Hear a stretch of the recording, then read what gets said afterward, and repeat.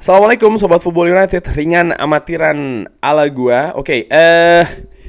Ada beberapa yang meminta di kolom komentar ya, kalau ada update ya kan terkait dengan situasi di Manchester United, tepatnya Ineos, yang disebutkan menetapkan atau membuat rencana 5 poin ya yang dibuat oleh Ineos ini di Manchester United. Dan menurut gua ini jelas, kalau gue belum tahu apakah ini sesuatu yang benar ya, sumbernya dari The Sun.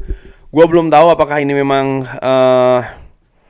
sekali lagi apakah ini sumber yang kredibel, karena pertama kali disebutkan oleh The Sun, di mana ada 5 aturan yang baru untuk Manchester United dari Sir Jim Ratcliffe atau dari Ineos. Gua ingin membahas hal tersebut ya. Ada 5 poin di sana. 1, dibatasi maksimal umur 25 tahun untuk mendatangkan pemain baru. Nomor 2, no Galacticos, artinya tidak membuat tim bertarbur bintang, katakanlah demikian ya. Lalu nomor 3, gaya permainan ini akan diatur oleh Technical Director Jason Wilcox.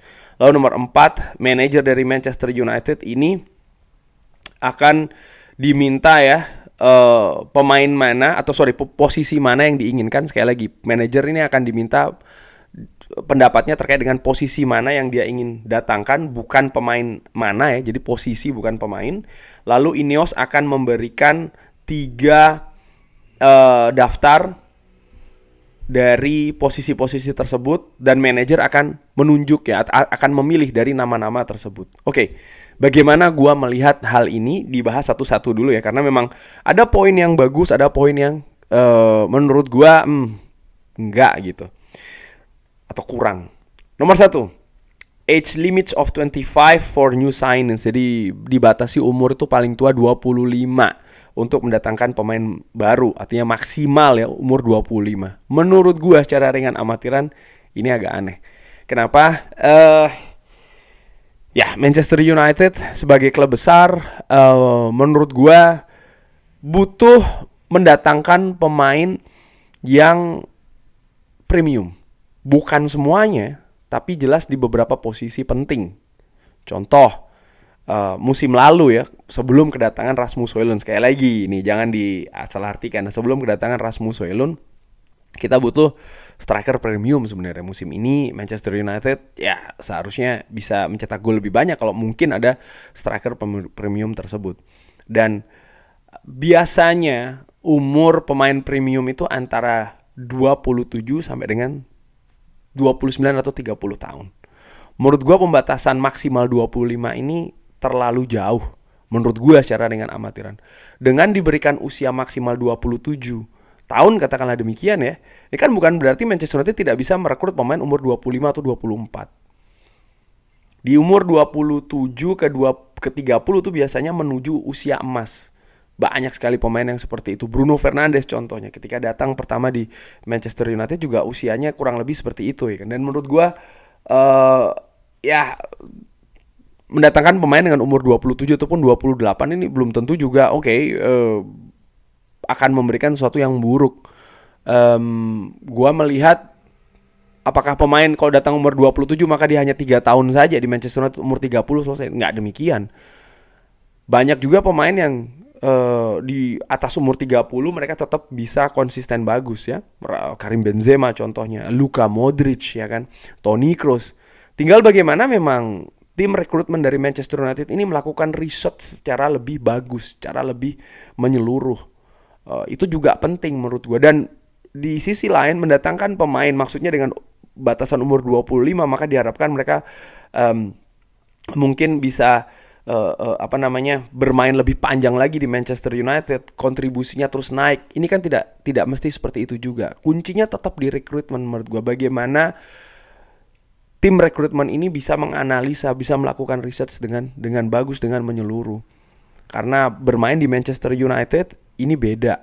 Tidak seperti bermain di klub-klub lain. Tekanannya, situasinya, bagaimana keadaan juga fasilitasnya, apakah bisa mendukung pemain tersebut berkembang lebih luas lagi. Ini kan juga menurut gue akan ke arah sana. Tapi balik lagi ya ke umur 25 itu menurut gue, karena itu tadi loh, gue berpikir Manchester United itu butuh juga mendatangkan pemain premium di beberapa posisi.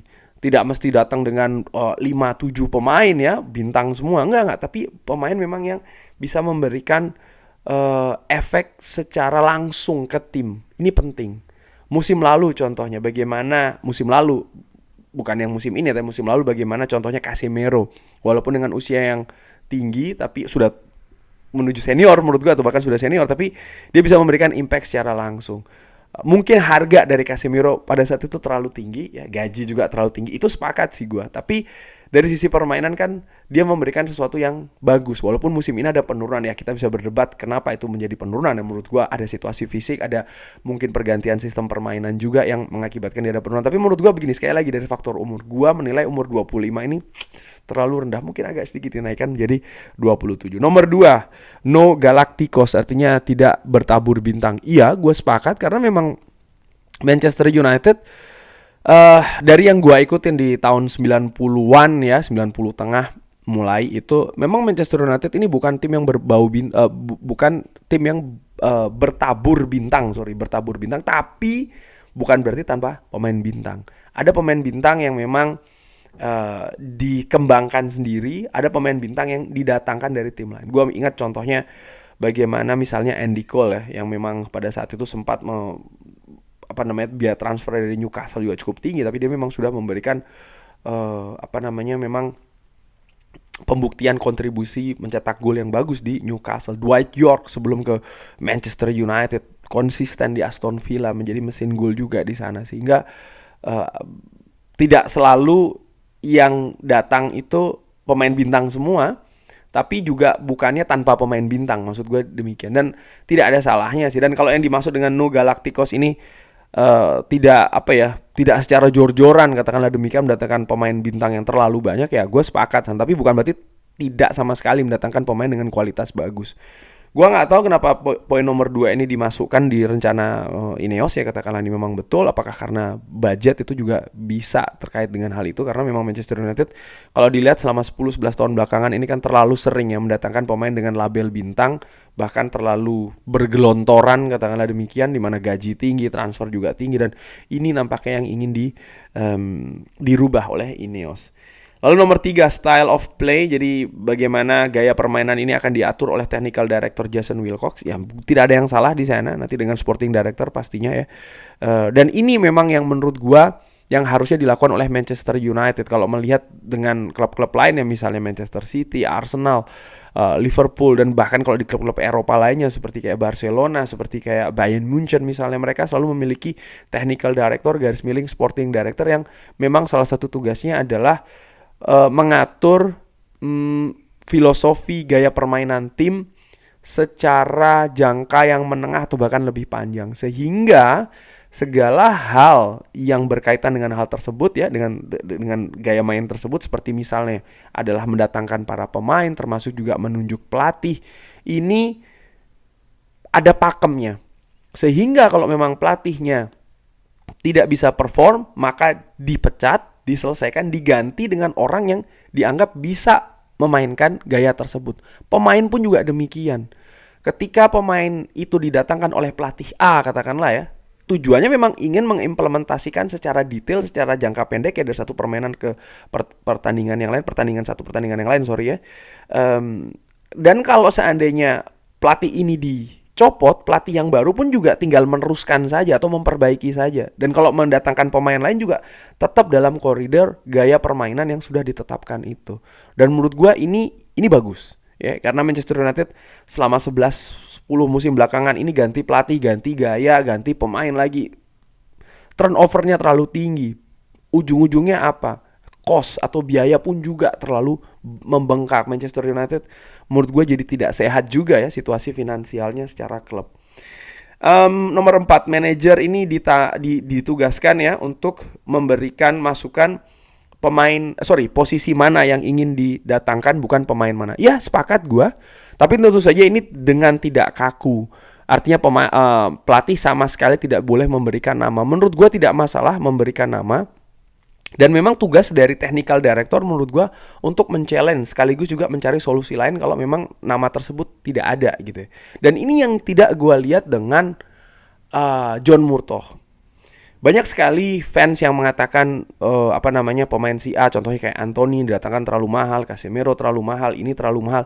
Yang menentukan harga, yang mendilkan harga itu kan bukan Erik ten Hag, bukan pelatih. Tapi ya technical director pada satu technical director yang dipegang oleh dan bersama dengan CEO tentunya John Murtough dan juga Richard Arnold. Sekarang pertanyaannya, kalau memang ketika pemain itu terlalu mahal, kalau seandainya pemain tersebut bahkan tidak bisa didatangkan ke Manchester United, semuanya ini kan tidak bisa dikembalikan lagi ke manajer atau ke pelatih kepala maksud gue. Justru fungsi dari technical director ataupun sporting director ya untuk men-challenge, untuk menantang kembali. Pemain itu harganya mahal nih, kita nggak mampu. Gimana pemain ini? Profilnya hampir sama loh. Ataupun juga sebaliknya pemain itu nggak bisa datang nih. Gimana kalau yang ini? Selama ini yang gue lihat, asumsi gue ya, John Murtough tugasnya seperti lebih ke kayak admin. Jadi dia hanya pemain A akan diburu terus sampai walaupun harganya tinggi banget seperti kayak Anthony contohnya ya. Pelatih tentu saja punya hak untuk merekomendasikan pemain, tapi yang mengeksekusi sekali lagi itu kan manajemen, dan manajemen itu sebenarnya juga harusnya ya punya kemampuan lain, yaitu adalah seperti gua katakan men-challenge kembali. Ketika pemain itu terlalu mahal, ketika pemain itu nampaknya tidak realistis, ya dikembalikan ke manajer dengan alternatif. Dan menurut gua ini yang mungkin selama ini di Manchester United tidak ada jika dibandingkan dengan klub lain, dan menurut gua situasi ini mungkin untuk memperbaiki hal tersebut, dan menurut gue ini hal yang bagus. Dan terakhir, Ineos akan memberikan 3 nama ya per posisi dan manajer untuk memilih. Ya menurut gue ini juga hal yang bagus, tapi yang ingin poin 4 dan poin 5 adalah hal ini bagus sekali lagi ya, di mana manajemen memiliki power juga di rekrutmen. Tapi pelatih juga jangan diposisikan betul-betul pasif gitu loh. Kita lihatlah klub-klub lain, contoh mungkin kayak Chelsea, bagaimana manajer mungkin ataupun pelatih kepala sangat pasif menurut gue ya, dan pemain itu yang didatangkan betul-betul diatur oleh manajemen. Ya, yang gue khawatirkan adaptasinya di situ. Adaptasi secara personal, adaptasi secara permainan. Technical director ataupun manajemen, dia mengatur secara jangka menengah, jangka panjang. Sementara yang day to day basis, match to match basis, atau pertandingan ke pertandingan lainnya, hari ke hari, ini kan pelatih kepala.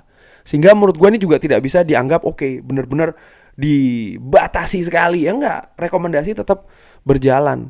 Dan dari situlah menurut gue ya, poin-poin ini nih menunjukkan memang apa yang namanya sinergi kerjasama itu menjadi hal yang sangat penting sekali. Ketika ini tidak bisa terjadi, ya menurut gua pastinya manajemen akan mencari pelatih kepala yang baru sih, menurut gua ya, coach yang baru ataupun manajer yang baru. Dimana kita melihat juga, atau gua melihat di tim-tim lain, di klub-klub lain, bagaimana sinergi yang ada antara manajemen ya, sporting director ataupun football director, technical director dengan manajer ataupun dengan head coach ini berlangsung dengan bagus di tim-tim yang memang prestasinya juga bagus gitu ya. Seperti contoh kayak Manchester City, sering gue sebutkan Jurgen Klopp dengan Liverpool ya, termasuk juga dengan Arsenal walaupun belum bisa dapat trofi, tapi bagaimana mereka dalam 2 musim terakhir mampu menantang Manchester City di perburuan gelar juara. Ini menunjukkan bahwa mereka sebenarnya memiliki pondasi yang bagus dari sisi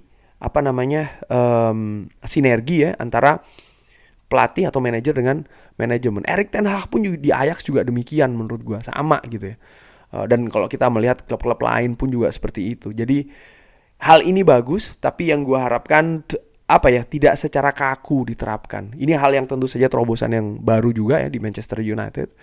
Dan kita lihat apakah terobosan ini sesuai ya. Dan menurut gue ini juga pastinya butuh proses sih untuk mengimplementasikannya di Manchester United. Kurang lebih demikian. Bagaimana menurut Sobat Football United? Seperti biasa, drop di kolom komen. Terima kasih sudah menyaksikan. Jangan lupa like, subscribe. Wassalamualaikum warahmatullahi wabarakatuh. Thank you.